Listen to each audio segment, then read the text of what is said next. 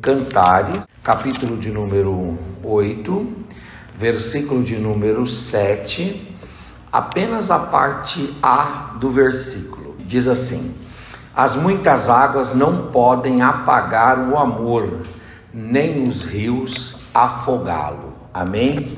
E eu queria falar um pouquinho hoje sobre isso, sobre o amor que nós devemos manter nas nossas relações.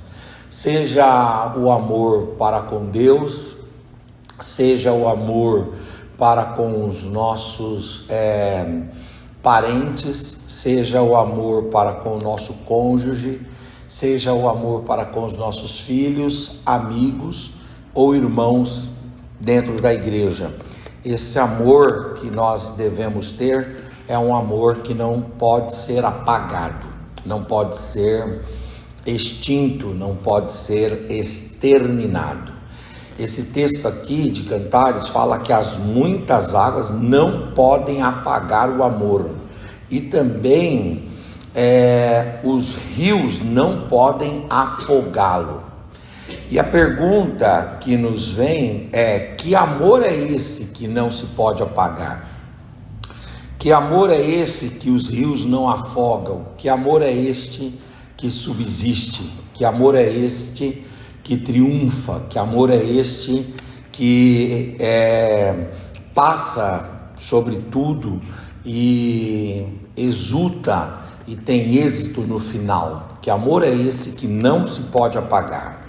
Então, em primeiro lugar, o amor que não se pode apagar e que deve ser cultivado por cada um de nós é o amor pelo que nos falta. Esse amor, ele faz com que nós enxerguemos no outro exatamente aquilo que nos falta. É o amor que nos torna seres interdependentes. Quando nós amamos a Deus, nós temos que perceber em Deus todos os dias aquilo que existe em Deus que nós nunca, por nós mesmos, conseguiríamos prover para nós. Em Deus a salvação, em Deus há poder, em Deus a saúde, em Deus a vida eterna. E quando nós amamos a Deus, nós amamos a Deus pelo que Ele é, por quem é, e amamos a Deus também porque Ele e só Ele tem aquilo que nós nunca conseguiremos por nós mesmos produzir. Mas esse mesmo conceito de amar a Deus por aquilo que nos falta é o conceito que nós devemos cultivar nas nossas relações parentais. Nós precisamos encontrar nas nossas relações familiares, no nosso pai, na mãe, nos irmãos, no cunhado, na cunhada, no sobrinho, na sobrinha, no sogro, na sogra, no primo, na prima, no tio, na tia. Nas nossas relações parentais, nós precisamos encontrar esse amor que valoriza no outro aquilo que o outro tem e que nós não temos, e que somente poderemos ter ao nos aproximarmos, ao nos relacionarmos e ao cultivarmos uma amizade, uma cumplicidade, uma intimidade. Essa mesma lógica, se aplica também para o amor em relação ao cônjuge. O que é que nós devemos amar no cônjuge? Aquilo que nos falta. O cônjuge, ele nos completa, ele nos torna inteiros, ele traz para nós aquilo que nós não temos em nós mesmos. Aliás, a relação conjugal só é uma relação boa quando o marido consegue enxergar na mulher que ela lhe trouxe muita coisa boa, e a mulher consegue enxergar no marido que ele também trouxe muita coisa boa. Se você não conseguir enxergar o quanto o outro contribuiu e o quanto o outro acrescentou para você, você não vai conseguir entender o amor e não vai conseguir valorizar o outro.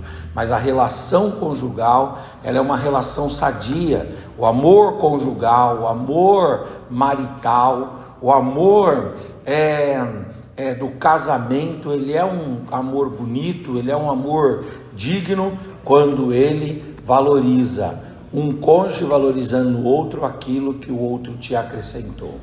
Eu não sei se você já parou para pensar nisso, mas essa lógica também se aplica nas relações com os nossos amigos.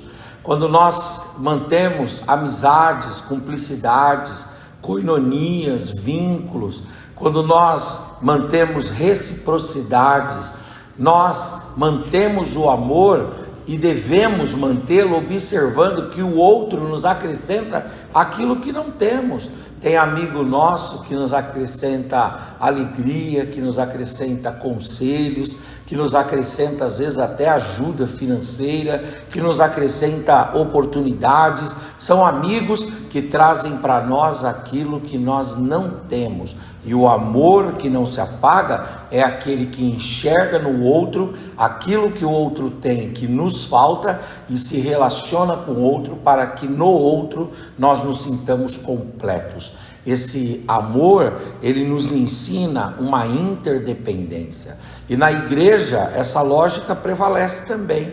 Nós temos uma relação de amizade aqui, uma relação de koinonia, uma relação de unidade, uma relação de união. E essa união só é possível se um observar no outro que o outro te completa. Se você se julgar uma pessoa autossuficiente, independente, se você se tornar uma pessoa em si mesmada, empavonada, arrogante, presunçosa, se você se tornar uma pessoa autossuficiente, você não vai valorizar ninguém. Mas é quando você olha o outro e você enxerga o que o outro traz para você, que você por si mesmo não poderia trazer, é que forma-se uma união, uma unidade, uma comunhão dentro da igreja.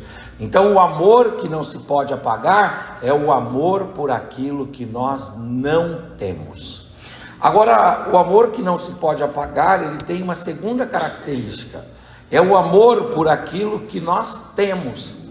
E isso tem a ver com as nossas compatibilidades, isso tem a ver com as nossas similaridades, isso tem a ver com as nossas paridades, isso tem a ver com a nossa igualdade. Quando nós dizemos, eu amo Deus, eu estou dizendo, eu amo Deus pelo que é. Eu amo Deus por aquilo que Ele tem que eu não tenho, mas eu amo Deus também porque eu encontro em Deus inúmeras compatibilidades. Eu encontro em Deus os atributos comunicáveis, elementos que dizem respeito à natureza de Deus que Ele compartilha conosco, elementos que dizem respeito à essência do ser de Deus. Estes elementos também estão conosco. Os irmãos aqui, como bons estudantes da palavra que são, sabem disso, que Deus tem duas classes de atributos, duas classes de características, duas classes de predicados, duas classes de prerrogativas. A primeira classe são aquelas características de Deus ou atributos de Deus que Ele não compartilha, tipo a onipotência, a onipresença, a onisciência, a autoexistência, a imutabilidade, a impecabilidade. Isso é o que faz Deus Deus. Isso nós não encontraremos nenhum tipo de reflexo disso em nenhum ser criado. Isso é o que faz Deus distinto, singular, sine qua non em relação a todas as suas criaturas. Mas Deus não tem apenas os atributos incomunicáveis, atributos transcendentes e imanentes, naturais. Não, Deus também tem os atributos comunicáveis. E os atributos comunicáveis de Deus, eles são aqueles atributos, são aquelas qualidades, aquelas características de Deus que Ele partilha, que Ele comunga, que Ele divide, que Ele espalha, que Ele doa, que Ele dá, que Ele, por graça, coloca à disposição. Que tipo de atributo? A misericórdia, por exemplo, a bondade, o amor, por exemplo, a fidelidade, a santidade, a eternidade, todos os atributos divinos que nós encontramos em nós, seres humanos. E quando nós nos relacionamos com Deus, nós amamos Deus por aquilo que Ele é, amamos Deus por aquilo que Ele tem que nos falta, mas amamos Deus também por aquilo que Ele tem que nos é comum. Isso diz respeito às nossas compatibilidades com Deus, isso diz respeito às nossas similaridades com Deus, isso diz respeito à nossa intimidade com Deus. Nós olhamos Deus e não enxergamos em Deus um ser alienígena, estranho, um ser diverso, um ser conflitante, antagônico, heterogêneo em relação a nós. Não, nós olhamos para Deus e enxergamos em Deus aquele que é o nosso Pai, e nós temos misericórdia e encontramos misericórdia em Deus, nós temos bondade e encontramos bondade em Deus, nós temos justiça e encontramos justiça em Deus, nós temos vida e encontramos vida em Deus, nós temos a capacidade de criar e encontramos Deus o Criador. É claro que na proporção diferente, é óbvio, ninguém aqui está comparando-se com Deus, mas há uma similaridade. Esse mesmo conceito de amor, ele diz respeito às nossas relações parentais. Quando eu olho para o meu pai, quando eu olho para a minha mãe, quando eu olho para os meus irmãos, para as minhas irmãs, quando eu olho para os meus cunhados, as minhas cunhadas, o meu sogro, a minha sogra, meus sobrinhos, minhas sobrinhas, meus tios, minhas tias, meus primos, minhas primas, quando eu olho para aquela relação parental, o que é que eu alimento de amor, ou por que eu alimento o amor por eles? Porque eu encontro neles similaridades, eu encontro neles compatibilidades, eu encontro neles algum tipo de referência da minha pessoa. Eu vejo que eles gostam do que eu gosto, foram criados no mesmo lugar que eu fui criado, comem as mesmas comidas, vestem mais ou menos igual a mim, e aí eu vejo que há muita similaridade, muita compatibilidade, e eu começo a amar no outro aquilo que o outro tem, que diz respeito a mim, de modo que eu começo a me ver nos meus parentes. Esse mesmo conceito vai para a relação conjugal. Quando eu conheci a Mônica, por exemplo, a minha esposa, eu encontrei nela um monte de coisas que nos faziam convergir para um mesmo sentido. Ela era crente, eu era crente, ela amava Jesus, eu amava Jesus, ela gostava da Bíblia, eu gostava da Bíblia, ela lia Filipiança e eu lia Filipiança, ela ouvia o Ricardo Gondim e eu ouvia o Ricardo Gondim, ela gostava do Caio Fábio e eu gostava do Caio Fábio, ela gostava de acampamento de jovens e eu gostava de acampamento, ela falava em línguas estranhas, eu falava em línguas estranhas, ela era pentecostal, eu pentecostal, ela gostava de missões, eu gostava de missões, de modo que eu comecei a perceber que as nossas disparidades eram muito menores do que as nossas convergências, as nossas congruências, os nossos encontros. Consegue compreender o que eu estou dizendo? Quando nós colocamos isso para as amizades, prevalece a mesma regra. O amor que nós devemos cultivar pela nossa amizade é o amor que nos faz perceber que o outro tem aquilo que temos. Aliás, os nossos melhores amigos, aqueles que nos são confidentes, aqueles que nos são realmente pessoas que nós olhamos e dizemos: aqui está um amigo do peito, um amigo de verdade, não um amigo mais chegado que um irmão, um amigo que na hora da aflição, né, manifesta-se como um irmão, como alguém que realmente tem intimidade conosco de verdade. Quando nós temos esse amigo, nós só podemos ter porque nós encontramos no amigo amigo as similaridades, nós encontramos as compatibilidades. Dificilmente você vai lidar só com o adverso, dificilmente você vai lidar só com o antagônico, dificilmente você vai lidar só com aquele que é díspare a você. Não! Da amizade, você deve encontrar no outro aquilo que o outro tem, que lhe é comum. Se você gosta de futebol, ele gosta de futebol também. Vocês podem divergir entre Cristiano Ronaldo e Neymar, ou Cristiano Ronaldo e Messi, mas vocês gostam de futebol. Você pode divergir entre o Corinthians e o Palmeiras, mas vocês têm ali similaridades. Vocês vão conversar sobre carro, você pode gostar de SUV e ele deve gostar de sedã, mas vocês dois gostam de carro. E daqui a pouco vocês começam a conversar sobre viagens, você gosta da praia e ele gosta da fazenda, mas vocês gostam de viajar, de se agremiar e assim sucessivamente. Aí sim, quando você olha no outro aquilo que lhe é comum, você tem um amor aqui que é duradouro. O amor díspare, ele é um amor fogo de palha, ele apaga rápido, porque as incongruências, as diferenças, as divergências, os antagonismos, as oposições fazem com que esse amor se dilacere, mas um amor que as muitas águas não podem apagar e os rios não podem afogar, é um amor em que você ama no outro aquilo que você não tem e ama no outro aquilo que você tem. E por fim, o amor que não se pode apagar é um amor perene, é um amor duradouro, um amor longevo, um amor fiel, um amor que tem a transcendência do tempo, que não dura um dia, umas horas, que não dura uma semana, que não dura um mês, que não dura um bimestre, um trimestre, um quadrimestre, um semestre, um ano, mas são amores de anos. Tem a ver com a longevidade,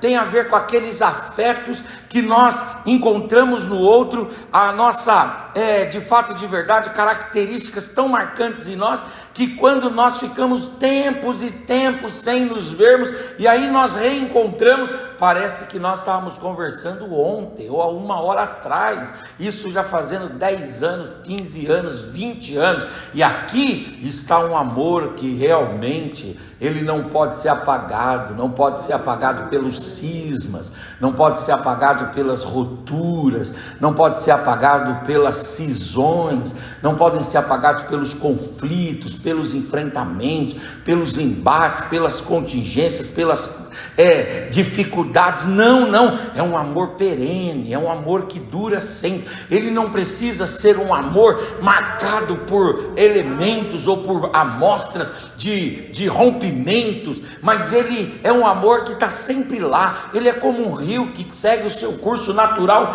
para o mar. Você procura ele daqui 10 anos, ele está lá, seguindo o seu caminho, com as suas sinuosidades, com as suas curvas, mas com as suas dificuldades, com às vezes um pouco mais intenso, às vezes um pouco menos intenso, mas ele está lá. E você procura daqui 10 anos, 20 anos, 30 anos, 40 anos, 50 anos, lá está aquele rio correndo para o mar. Esse é um amor perene. A minha oração aqui esta noite é que o Espírito de Deus doe para nós, é que o Espírito de Deus nos traga esse amor pelo que não temos, esse amor pelo que temos e esse amor duradouro, seja por Deus, seja pelos parentes, seja pelo cônjuge, seja pelos filhos, seja pelos amigos, seja pelos irmãos da igreja, não importa, que esse amor que a água ou as muitas águas não podem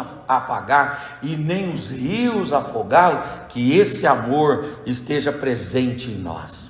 Mas na vida nada é fácil e a gente precisa pensar sempre que Deus, ele trabalha conosco no sentido de que ele não nos dá as dádivas e diz assim, elas vão durar para sempre. Não, Deus nos obriga ao cultivo, Deus nos coloca, nos empurra à manutenção, de modo que para tudo que Deus nos dá, Deus também nos ensina a cuidar. É muito interessante que a Bíblia fala que Deus plantou um jardim e enquanto não havia homem para lavrar a terra, Deus mandava um vapor, mas quando surgiu o homem para lavar a terra, Deus colocou o homem para cuidar do jardim. Não adianta Deus nos entregar um amor desse e nós não cuidarmos dele. Ele vai se diluir, se dissolver, liquidificar, ele vai se extinguir, ele vai morrer, ele vai deixar de existir. Mas aí o Senhor também é aquele que nos dá o amor com essas qualidades e tantas outras que nós poderíamos elencar aqui, e nos dar também, sabe o que? As condições de mantermos. Como é que eu mantenho, pastor Henrique? Como é que eu mantenho esse amor que as águas não podem apagar e os rios não podem afogar? Seja na esfera horizontal ou na relação vertical, você só consegue manter esse amor se você tiver diálogo. Se não houver diálogo, conversa, se não houver bate-papo, se não houver um discurso, se não houver um encontro para o diálogo, esse amor se dissolve. Agora, esse diálogo, ele deve ser um diálogo verdadeiro, sim, verdadeiro como a luz do sol. O diálogo que mantém o amor não é um diálogo falso, não é um diálogo cínico, não é um diálogo de encenação, não é um diálogo que esconde o que nós sentimos de verdade. Não, senhores, uma relação que se mantém sobre mentira é uma relação que tem pé de barro. A menor pedra, essa relação vai se desfazer. Por quê? Porque as relações, elas só se sustentarão se forem baseadas em diálogos de verdade, em diálogos autênticos, em diálogos genuínos, em diálogos de peito aberto, de mente aberta, em diálogos de coração aberto, em diálogos em que nós podemos ter uma verdade como a luz do sol ao meio-dia, num céu sem qualquer nuvem, e aí então nós temos a verdade. Então que haja diálogo nas nossas relações, mas que diálogo é esse? Um diálogo verdadeiro. Só que uma virtude desacompanhada de outra virtude, ela tem uma facilidade muito grande para se transtornar num vício. Por isso, a verdade não pode andar sozinha, logo o diálogo não pode ser só verdadeiro. Esse diálogo também tem que ser empático, ou seja, nós devemos nos colocar no lugar do outro, sentir o que o outro sente, nós devemos pensar o que o outro pensa e nos colocarmos na condição do outro, para que aí, não só com verdade, mas também com empatia, nós possamos estabelecer um diálogo justo, porque o diálogo justo nas relações e que cultiva o amor, não é um diálogo que ele só cobra, que ele acusa, que ele aponta o dedo, que ele fere. Não, o diálogo justo é aquele diálogo que ele é verdadeiro, mas ele é empático, e ele interpreta o outro não apenas na condição de quem está falando, mas sobretudo na condição de quem está ouvindo. Se há um dever de você preparar o conteúdo a se transmitir, há um dever também de interpretar se aqueles que estão te ouvindo estão compreendendo esse conteúdo. Daí vale a pena a repetição, daí vale a pena a diversidade das expressões, porque em algum momento, seja pela repetição ou pela diversidade das expressões, aquilo que quer ser dito se dirá de fato e guardará no coração, e aquilo reverberará ou manifestará em ações práticas. Então o diálogo tem que ser verdadeiro, mas o diálogo não pode ser só verdadeiro, ele precisa ser um diálogo empático, e a empatia tem a ver com se colocar no lugar do outro, sentir o que o outro sente, pensar como o outro pensa e colocar-se na justa posição do outro. Daí o diálogo passa a ser um diálogo justo. Agora, o diálogo não pode ser apenas verdadeiro e apenas empático, ele precisa ser um diálogo também motivador, um diálogo que traga depois até de uma palavra de cobrança, depois até de uma palavra de requerimento de ajuste de condutas, uma palavra de exigência de que mude um ou outro procedimento, esse diálogo, ele deve ser um diálogo de motivação. Nós não conseguiremos cultivar amor, seja com Deus, seja com o cônjuge, seja com o pai, seja com a mãe, seja com os filhos, seja com os amigos, seja aqui na igreja. Nós não conseguiremos cultivar o amor se houver aqui depreciação, desvalorização, rebaixamento, se houver aqui palavras e diálogos tão ásperos, tão duros, que eles são insuportáveis, eles não conseguem ser resistidos. Não, o nosso diálogo precisa ser verdadeiro, o nosso diálogo precisa ser empático, mas o nosso diálogo ele também precisa ser de fato e de verdade motivador, porque se ele não for um diálogo motivador, ele só traz o lado de fel, ele só traz o lado amargo, ele só traz o azedume, ele só traz o rancor, e não podemos fazer isso. Não importa quão duro seja o nosso diálogo, quão duro e quão verdadeiro e quão autêntico seja a nossa conversa, ela precisa terminar com uma dose de óleo, com uma dose de mel, com uma dose de remédio, com uma dose de cura, com uma dose de saúde. Experimenta ter uma discussão conjugal e não terminar aquilo com uma palavra de motivação, para você ver se você não vai acabar destruindo esse amor que você tem no casamento. Experimenta falar com os seus filhos, sempre desmotivando, sempre desacreditando, sempre rebaixando, para você ver se você não vai desconstruir esse amor dentro dele ou dela. Por quê? Porque não adianta eu falar com verdade e falar com empatia sem falar com motivação. Então eu preciso também falar com motivação, seja com Deus, seja com os homens. Eu preciso falar com motivação, eu preciso reconhecer as qualidades, eu preciso enxergar os talentos, eu preciso perceber os dotes, eu preciso enaltecer as boas características, e aí fechar o diálogo sempre de forma branda, sempre de forma amável, amigável. Daí sim, com o diálogo, o amor nunca se apagará e os rios não afogarão esse verdadeiro amor. Mas não adianta só diálogo. O diálogo ele é um pé, nós precisamos de outro. Por exemplo, precisamos do perdão. Não existe amor que se sustente ou na relação aqui vertical ou na relação horizontal sem perdão. Nós não estamos, claro que não, na condição de perdoar Deus, mas se Deus quiser manter, e Ele quer manter a relação conosco, Ele tem que estar disposto a perdoar. É por isso que Deus está disposto a perdoar, e Deus exige de nós que perdoemos também. Quantas vezes? 70 vezes 7 ao dia. 70 vezes 7 daria quanto? 490 vezes. Mas na verdade isso não é um número fechado, isso não é um número matemático, isso quer dizer uma totalidade.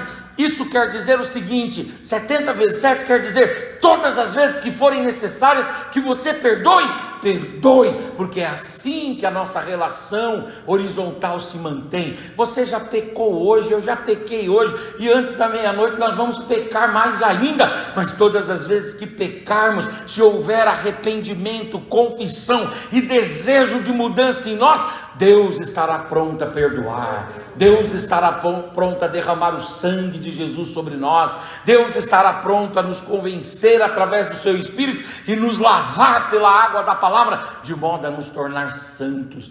Assim, a nossa relação no aspecto vertical, ela se mantém pelo perdão, e as nossas relações no aspecto horizontal, seja com o meu pai, seja com a minha mãe, meus irmãos, irmãs, primos, primas, tios, tias, sejam meus cunhados, meus sobrinhos, minhas sobrinhas, seja o meu cônjuge, sejam lá os meus filhos, sejam os meus amigos, as pessoas com quem eu trabalho, as pessoas com quem eu estudo, as pessoas com quem eu congrego, as pessoas com quem eu me relaciono. O que vai sustentar esse amor é uma disposição contínua de fazer a manutenção do perdão. Nós precisamos perdoar. Agora, no processo de perdão, há algumas coisas que devem ser observadas. A primeira delas é que quem recebe o perdão, ou quem foi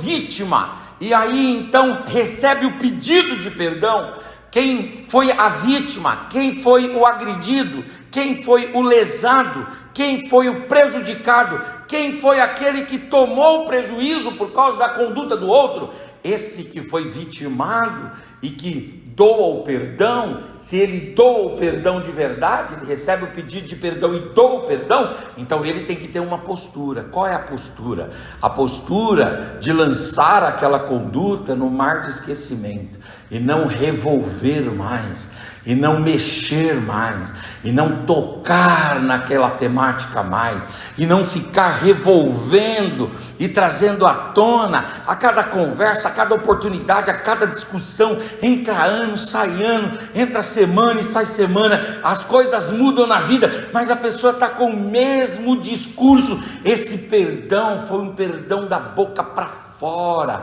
foi um perdão apenas para o inglês ver. Esse perdão não sorveu da alma, da mente. Esse perdão nunca foi de uma pessoa sarada e curada, foi um perdão apenas da boca para fora, porque quem perdoa aprende a lidar com a dor. Não é que você vai apagar a cicatriz que ficou, você vai ressignificar aquela cicatriz, dar um outro significado, um outro sentido para ela, e vai dar sequência na sua vida como aquele que de fato e de verdade liberou o perdão. Deixa eu dizer uma coisa para você: se você diz nas suas relações parentais, na sua relação conjugal, na sua relação de paternidade, nas suas relações socioafetivas, com amizade, nas suas relações na igreja, nas suas relações ministeriais, nas suas relações profissionais, se você diz que você perdoa, mas na menor oportunidade você revolve, você devolve, você traz de volta, você reivindica, você tira da sepultura aquele assunto e joga na mesa de novo, e joga na cara do outro, e traz à tona, você não perdoou de verdade. Você precisa receber em sua vida um bálsamo de Gileade, um bálsamo de Deus, um bálsamo da palavra de Deus, para que de fato essa ferida que ainda está aberta, e está tão aberta porque de tempo em tempo ela ainda sangra, você precisa receber uma cura de Deus, você precisa receber saúde de Deus, para que quando você disser eu perdoei, você perdoe de verdade. Saiba lidar com a sua cicatriz, ressignifique a sua dor e dê sequência na sua vida.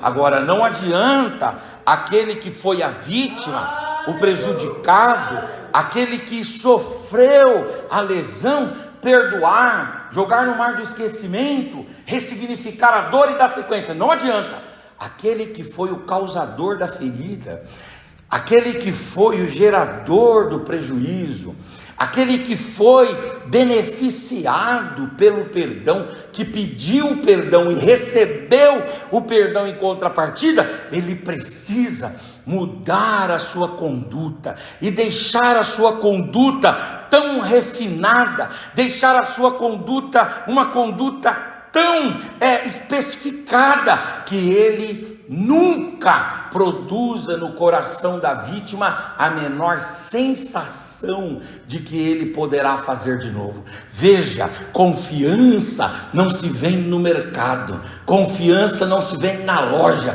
confiança não se vende na barraquinha do camelô ou lá no shopping Guatemi, não se vende. Confiança se conquista dia a dia. Então quem foi o vitimador quem foi aquele que aprontou, quem foi aquele que ofendeu, quem foi aquele que prejudicou, quem foi aquele que expôs, quem foi aquele que ridicularizou. O causador do mal, que recebeu o benefício do perdão, precisa viver de forma tão diligente, de forma tão equilibrada e tão justa, que nunca deixe transparecer para a vítima que aquilo poderá acontecer de novo. Vou dar um exemplo muito prático aqui que você vai entender. Digamos que você seja uma pessoa casada e você teve uma relação extraconjugal com uma pessoa que mora na rua de cima da sua casa. Se você recebeu o benefício do perdão, e se isso é verdade na sua vida e você quer cultivar o amor, então você nunca pode nem pensar em passar naquela rua. E se para isso você tiver que pagar a mais, você pague a mais. E se para isso você tiver que perder patrimônio, você perca patrimônio. Por quê? Porque você vai ter que agir de uma forma tão justa e tão equilibrada que você nunca vai deixar vir no outro a menor sombra de dúvida, de possibilidade, a menor névoa, a menor neblina de que poderá acontecer de novo. Entende o que eu estou dizendo? Isso tem a ver com o processo do perdão. Quem foi a vítima precisa superar, e quem foi o vitimador precisa ajustar a conduta para deixar muito claro que aquilo nunca mais acontecerá de novo. E aí, com o diálogo e com a disposição para o perdão, o amor, ele nunca vai poder ser apagado. Os rios não vão conseguir afogá-lo, e esse amor vai perdurar para todos sempre. A minha mensagem esta noite é esta para esta igreja, para os irmãos: que você tem amor por Deus, amor pelos seus parentes, amor pelo seu cônjuge, amor pelas suas relações e suas amizades, amor pelos seus filhos, amor pelos irmãos aqui da igreja, e que esse amor seja pautado no diálogo, que esse amor seja pautado no perdão. Tem alguma coisa contra alguém? Não fica arrastando, não fica procrastinando, não fica adiando a resolução disso. Chame essa pessoa para um café e estabeleça um diálogo franco, olho no olho, tete a tete, cara a cara. Talvez doe por um pouco de tempo, talvez você fique amargado por um tempo, mas a verdade vai trazer cura, a empatia vai trazer cura, a motivação vai trazer cura, o perdão vai trazer cura para a glória do Senhor.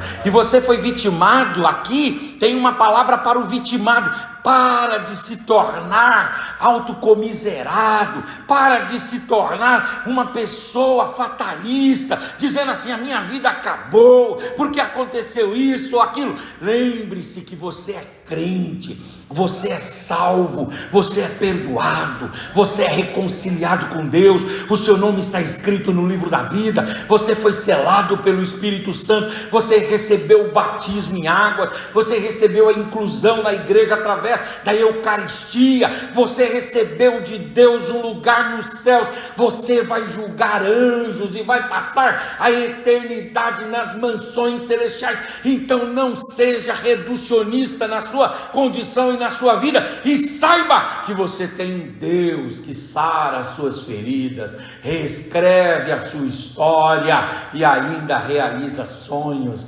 aleluia, desengavetando esses sonhos, desengavetando promessas antigas e dizendo: se você perdoar de verdade, eu ainda tenho coisas maravilhosas a fazer na sua vida, para a sua restauração e para a restauração da sua história.